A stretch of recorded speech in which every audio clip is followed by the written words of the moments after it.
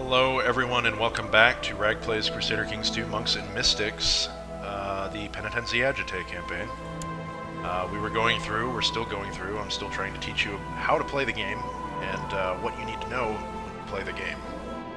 A lot of this might not stick on you, you may have to go back for it in reference, but if you're playing alongside me, you'll be seeing this as I explain it to you, so even if I have it on in the background, you should be able to navigate to things and pause and pick things up whenever you need them.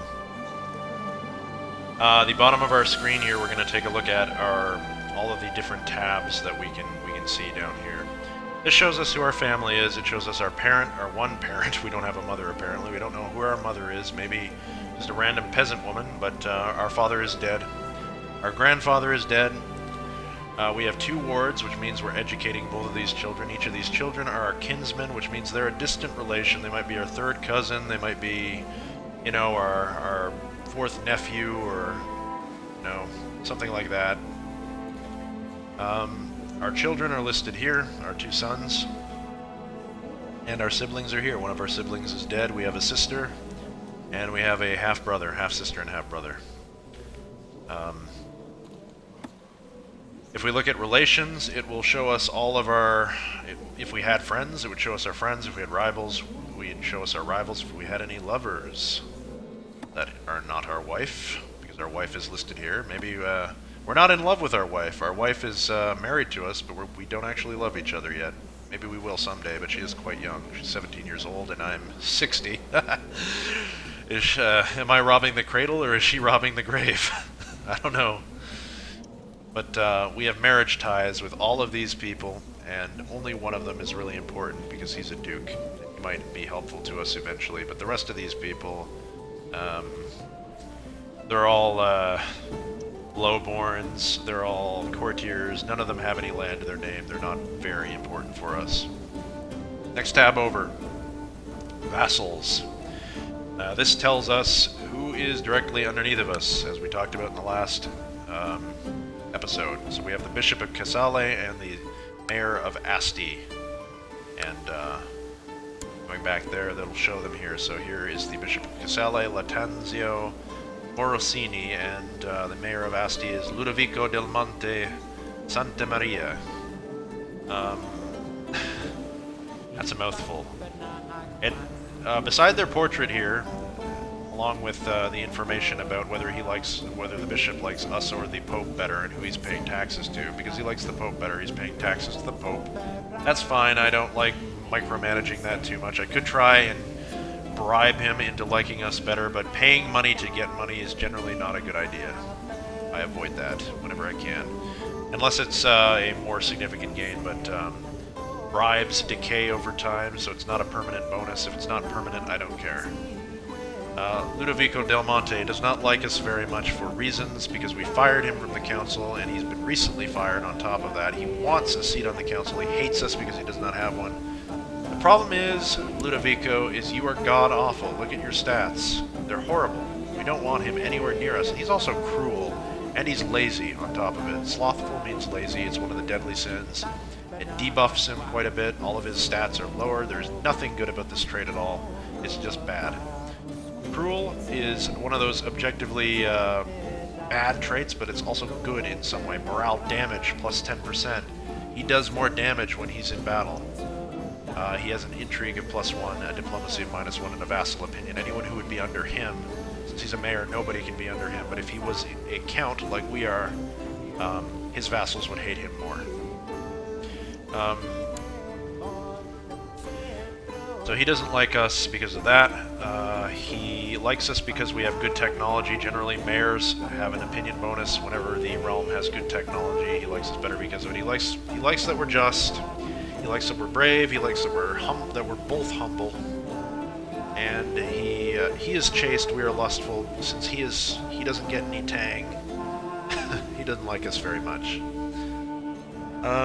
You'll notice beside each of their portraits, they have an indicator here, a little red fist that says powerful vassal, and that they are angry for not being on the council. Whenever you have powerful vassals, generally it's good to have powerful vassals on the council, because they'll be pleased, they'll give you more men. If they're not on the council, they get angry and they dislike you more. They are more likely to join factions against you. They're more likely to try and kill you, and so forth. But I say this is a big caveat. Bishops. This bishop only has 300 men to his name. I literally do not care about his opinion of me. For the same reason, I don't care about this mayor's opinion of me. He has 300 men. I have 3 times the amount of either of them. If I look at my army levy here in the military tab, I have potentially 4 times more than either of them. So I don't care what they think. And they can't rebel against me anyway because they're underneath me. They would have to somehow dethrone me, and it would be very, very unlikely that that would ever happen. Next to impossible. Don't worry about them if they're only Baron level. The only reason you would want to worry about them is because if they are on the council, if both of them were on the council, they might give me a pittance of extra troops. They might give me a few more men, slightly better tax income. It might be worth doing that because of that reason, but just because of their skills, they're so bad, I can't justify putting them on that position just because they feel they deserve it. They don't deserve it. I run a meritocracy, damn it. I don't put people on the council except for my children and my relatives. But they happen to be qualified, so you know what? Anyone has a problem with that, they can just take it up with management. Anyway, so that's the vassal tab. That tells us, in general, if you're anything above a count, if you're a duke or if you're a king, and you have powerful vassals who are counts or dukes, that's when you want to start worrying about whether they're pleased or not, because those people can join factions and those people can cause problems for you. If I had if I was a duke and I had a count under me that had, like, I don't know, 40% of the amount of troops in my entire duchy, then I'd be worried, because he has 40% of the men. If something bad happened to me, if I was losing a war and it wasn't going so well and I lost all my troops, that count would totally rebel against me and it would cause all sorts of problems. The mayors and the bishops won't do that. It will never happen for mayors and bishops, so it does not matter whether they like you or not, whether they want a seat on the council. Unless they're good at it, then give them one, you know. But anyway, court. This tells us about all the people who are currently residing in the county of Monferrat. So everybody, there's me, my wife will be listed somewhere in here, my heirs, my relatives, all the people who are not related to me, anyone who lives here are going to be in there. And you can sort them by name, opinion. You can see the only one who doesn't like me is my half-brother for reasons unknown. The rest of them are all pretty much happy with me. I think the vassals aren't listed here directly, but it even tells you can even arrange it by tax, you can arrange them by name, you can arrange them by rank, and so forth. Next one over is pacts, and this tells you, this relates to war, and anytime you declare a war, you want to pay attention to this tab very closely. Remember how I said whenever you plan on declaring a war, you have to check. How many troops do you have? I have 1.11k troops, so about 1,111 men to my name. And let's say I want to declare war on Saluzzo. Now he has 777 men, 0.35. I would have to check when I declare war, not just this number. This is deceiving. Always check pacts when you declare war, because if you look at me, for instance, you'll see that Saluzzo currently has no pacts. If I declared war on him, it would be just a stand-up fight, him versus me. But if I declared war on somebody who had pacts like I have a defensive pact, which is shown up by green. Actually, I'm sorry, this is not a defensive pact, my mistake. This is a non-aggression pact, which means because I have married a relative of his, it means that I can't go to war with him. I've agreed that because my wife is related to him, we are not going to go to war, because it'd be a terrible strain on my wife to have to go to war with her brother, and she would be all in a tizzy. It's not good. It's not good for business to have fighting between our families. So we're in a non-aggression pact. He won't declare war on me, and I won't declare war on him until this marriage is either divorced or my wife dies or something happens, it will never happen. I also have non-aggression pacts with all of these other people who are just courtiers, so they won't matter. I have a non-aggression pact with my wife, obviously, the Countess of Monferrat. I won't be going to war with my wife anytime soon. And some random courtiers who don't matter. I don't know why this is even listed, why a courtier would matter, because courtiers don't own any land and they don't have any property that you would be declaring war over. Regardless. You also have a list of people who would be on here if they were abroad. So you remember how I had I sent for my two kinsmen to be educated. Let's say I had a son who was a child and I wanted him educated by, say, the Count of Salerno down here. I could arrange the education to say, okay, you, Duke Gisulf of Salerno, are going to look after my son and teach him all that you know about your amazing martial prowess. My god, 20 martial, brilliant strategist, holy warrior, ambitious, wroth, zealous. Too bad he's a coward, but my god, that character's amazing.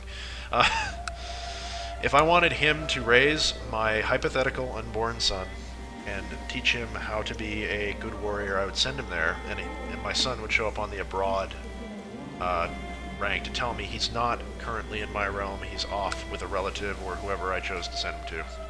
That's a good way to keep track of people, and just in case you're worried about that. So, that takes care of this whole section of information. You've learned pretty much all that you can from it. Of course, the titles will list all the titles that we have. You see, I'm the Count of Monferrat, so I own the County of Montferrat. The title is the County of Montferrat, and I own it.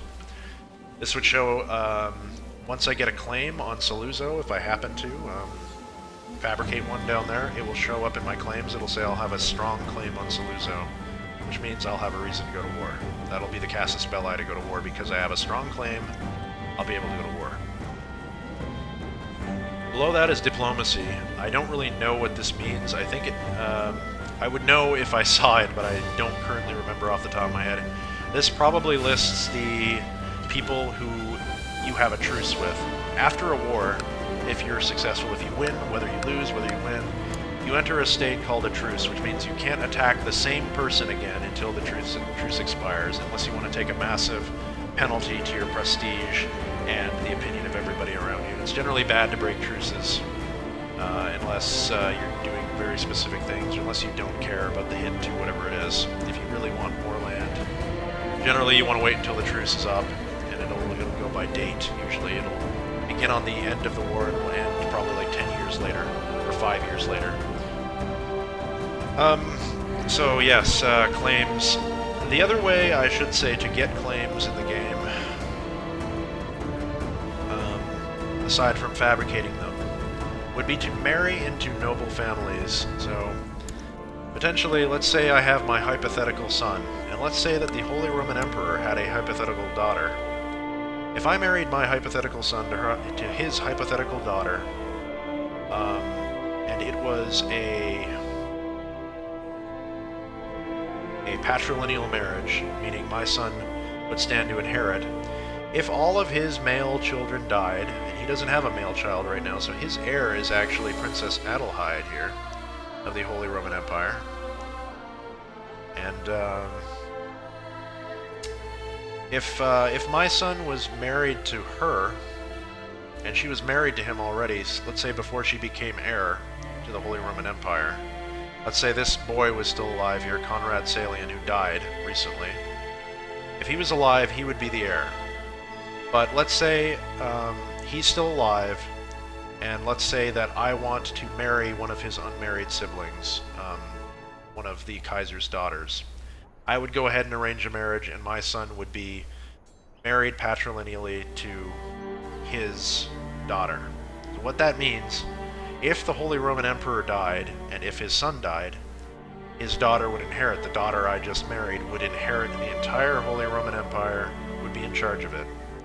That means, because I am married to her, that means my son would be married to her. So when I die, I become my son, who is married to the Holy Roman Empress. So she would defend me in wars, she would attack with me, she would expand my realm, she would do everything I wanted her to do.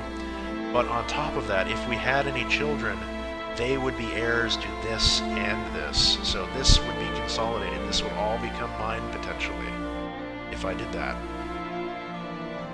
If that became a thing. But that would have to, it's a very rare occasion that you can ever get that to work out the way you want, because if you have a male child and you're marrying a female child, that means all of the rulers' male children have to die usually before you'll ever get a crack at the throne. And if that happens, and you happen to get it, and your son, who you've betrothed to his daughter, manages to sire children, that means in 2 generations you'll get to control all of this. Everything works out as can be expected. If some rebellion doesn't happen or some other nonsense, it's very hard to maintain the relationship. But generally, the bigger the realm, the more likely it is to stay intact once it's intact.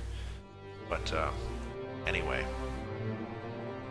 if this guy had more male children, though, it'd be very unlikely for me to get that claim. So even if it would rely entirely on this guy having no more male children, and he's only 17 years old. He's a very young Kaiser right now. So he is likely, since he has a wife who is 18, he's very likely to have way more male children in the future. So me betrothing myself to his sister on the off chance that all of his male children might die, or he might not have any more male children, and then I might inherit the HRE, the entire HRE, is very unlikely that it will happen. But it is possible. You can do that with anybody, any other character as well, their children, as long as you are the male. And basically what that means is that her family, which is Salian, if she married me and it was a patrilineal marriage, her children would not be Salian children. They would be Alermici children, and thus the Alermici dynasty would take over the HRE. So you would see on the dynasty tab over here, you would see Alermici listed there instead of Salian. When we took control, when not our son, because our son would only be married to the Empress, who would still be Salian. If we were married to her and this guy died, she would become Empress, but we wouldn't be Emperor yet. If we had children with her and one of them was a male, our child would become an Emperor, so it would be our grandson who would get the throne eventually. That's how inheritance works in CK2. Now, on the other hand, if I married a female, let's say I had a daughter, an imaginary daughter here, and I married, and let's say this son was still alive, so this son would be the heir to the HRE, it would not be this daughter, because they prefer males to take control of the kingdom in this day and age. This son would be betrothed to my daughter, and upon them both coming of age, they would get married. Now, if it was a patrilineal marriage, that means that all children that these two would have, my daughter and his son would be of his dynasty, would be of Salian, so I would never inherit the Holy Roman Empire. I would just have an alliance with them, because their children would still be House Salian, and that is not my house. I would never become those characters. But if I arranged a matrilineal marriage, somehow, you would never be able to get this. You would never ever be able to get a male in a realm that powerful, in a kingdom or empire that powerful, to marry matrilineal. Matrilineally means that the children produced by this child and my hypothetical daughter would be of my daughter's dynasty, so they would be of my dynasty since my daughter is my dynasty. And that means I would inherit the HRE eventually, potentially, if everything went well. Very unlikely that would happen. That's how inheritance works. Very confusing, and a lot of people don't really understand it in CK2. It's one of the most confusing things that has the steepest learning curve when you first start the game, is inheritance laws and so forth. Alright, so, my god, I've been waffling on forever. And I'm gonna keep doing it. We need to learn.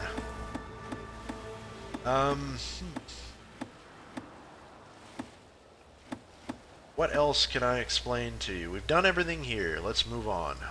We've done the council. Right, no, we didn't do these two tabs yet. Okay, so... Jesus Christ. Council is currently content. They are very happy with how things are going in my realm.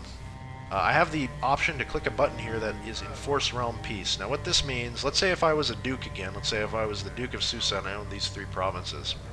Let's say that I didn't own these 3 provinces directly, but as a duke I just owned Montferrat, and let's say Piedmont was a count under me and Saluzzo was a count under me, and they both owed me fealty. But Saluzzo fabricated a claim on Piemonte and went to war with Piemonte, and they were both fighting. I could click this button and say, Enforce Realm Peace. I'm tired of having internal wars. You guys shut the fuck up, sit down for X amount of time, and I can do that once every so often to ensure that everything goes back to normal. Stop my vassals from fighting each other and gaining more power than they should have. Because there are reasons when they would be under me, if I was the Duke, that I'd want to keep them weak. Because if this guy, if Piemonte wound up winning that war and took over Saluzzo, that means that Piemonte would have twice as much strength as he had before, which means he would be a threat to me. But if they are separate counts, they are not a threat to me because I'll have more men because I'm the Duke. So I would want to actively prevent them, one or the other, from gaining more land than they should have and challenging my authority. That would be why I'd hit this button and hit it Enforce Realm Peace. And I find that super annoying whenever you're playing in the Holy Roman Empire, because he could do it to us. He could do it when I was in a war with Saluzzo, and that would be super annoying. It's unlikely he will, though, because he's got such a huge realm.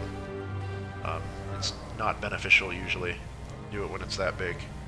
He's not worried about our little, our inner squabblings, unless he changes law that changes it so we can't fight internally anymore. That's something you can always do. Without the Holy Roman Emperor will never intervene in internal affairs.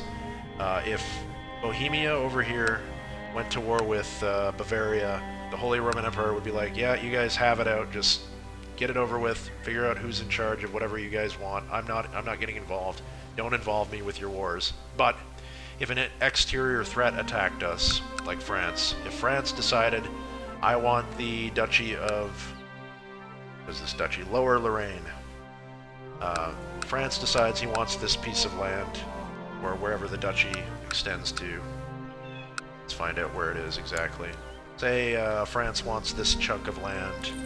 The Holy Roman Empire would then defend the Duchy of Lorraine. And we would all, in fact, be defending him against France. Because France is saying, an external threat is saying, we want land internally in the Empire, and that's not cool. Alright, so the Council. We can do that. These are indicators, and these are all of our positions. You'll notice that we have our entire Council. These are the people who are allowed to vote on issues and vote on laws being passed within our realm. They're generally the people who are on hold positions. So our council consists of our marshal, our spymaster, our court chaplain, our steward, our chancellor. There's often other ones. As we get bigger, we'll see them pop up, different positions that can be held that are sometimes important positions in the realm.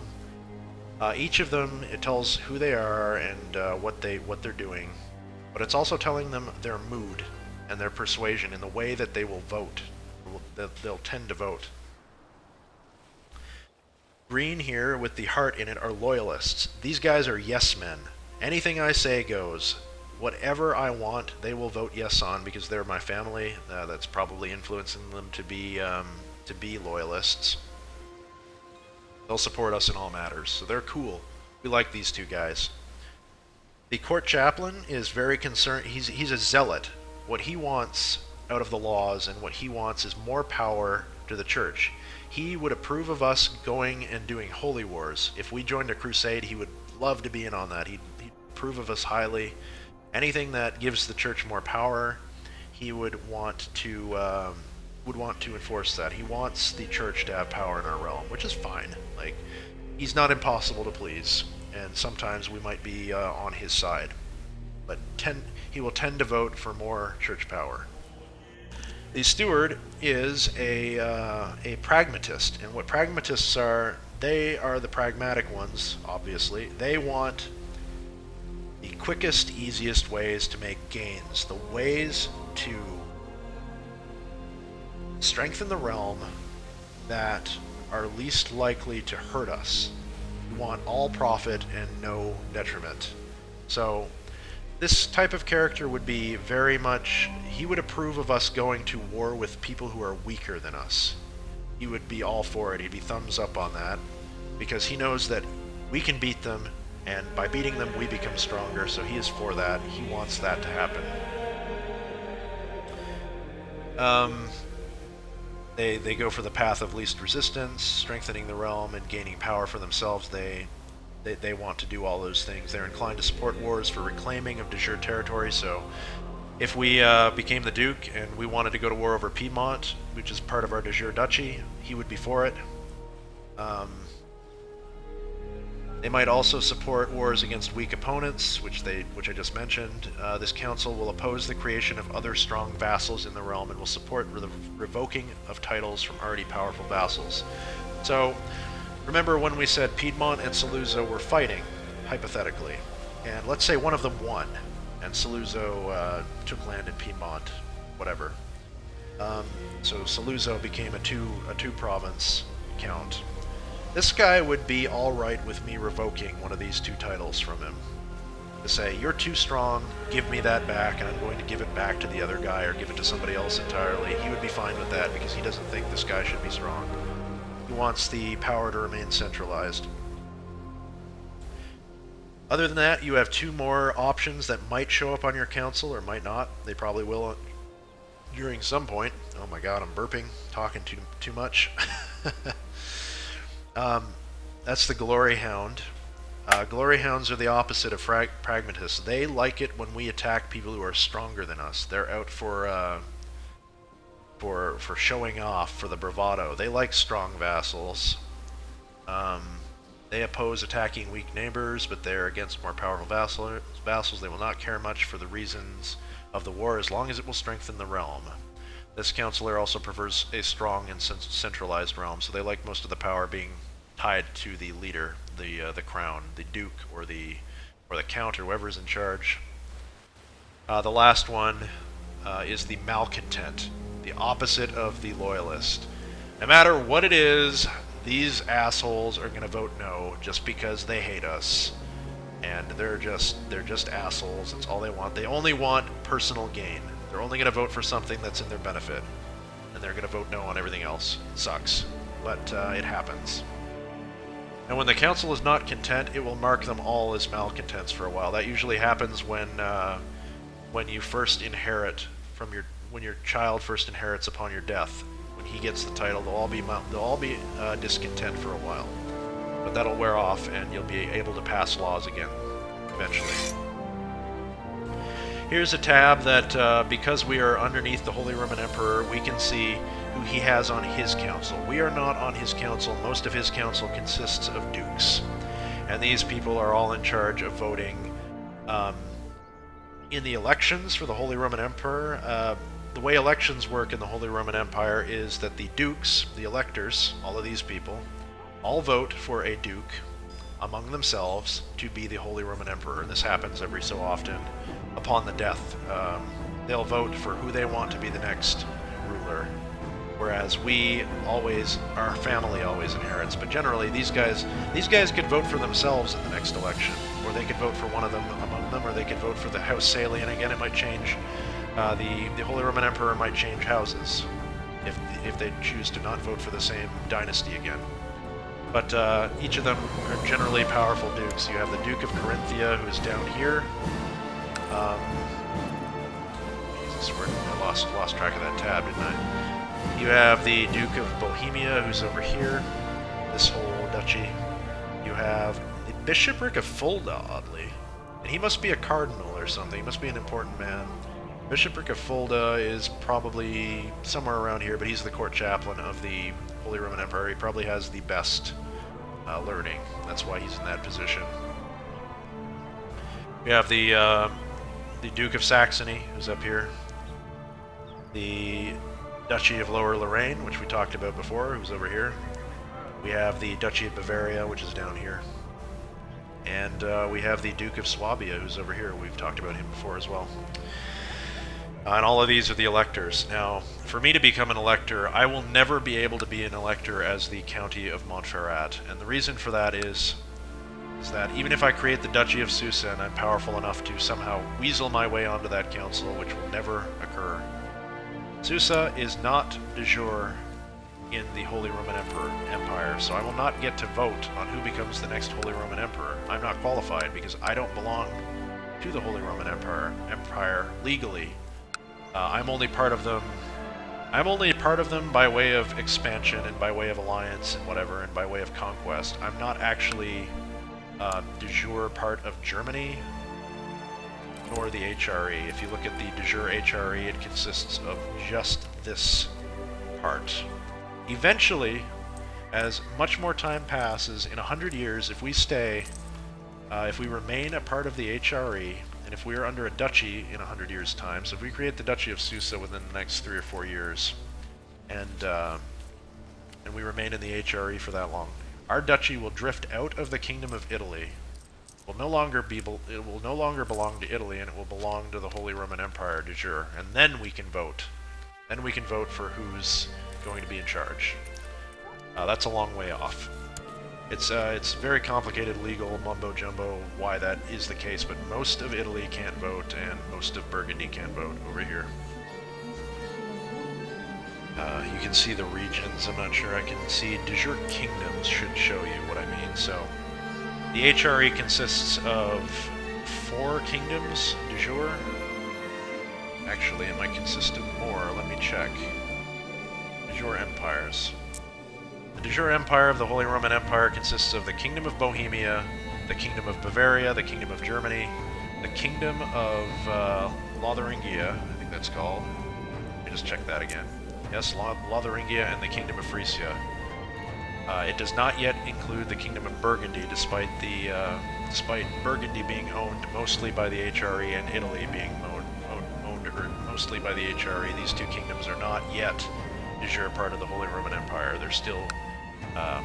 Burgundy is actually de jure part of the Francian Empire, I believe. Yes, Francia. So, which consists of Burgundy, Occitan, what the hell is this place called? Aquitaine. France, which is up here, and Brittany, over here. That is de jure Francia. You can see all the de jure kingdoms, or de jure empires, and what they usually encompass: Britannia, Scandinavia, the Wendish Empire, Carpathia, the Byzantines, the Arabians, Abyssinians, the Malians, the Persians, Rajasthan, Bengal, Deccan, and Tatarian Russia. Not that many of them. Kingdoms, there are a lot more of them, you can see. Lots of them, in fact. Anyway, our timer went off. That is going to do it for this episode of Bragg Plays Crusader Kings II: The Reaper's Due. We're cruising right along. We're learning a lot about our council, and this tab is completely done. Next episode will be the Laws tab, along with... I hope I can breeze through this in one episode, as well as this. I hope... Jesus, this is going to be so long, but it needs to be done. I'll see you next time, guys.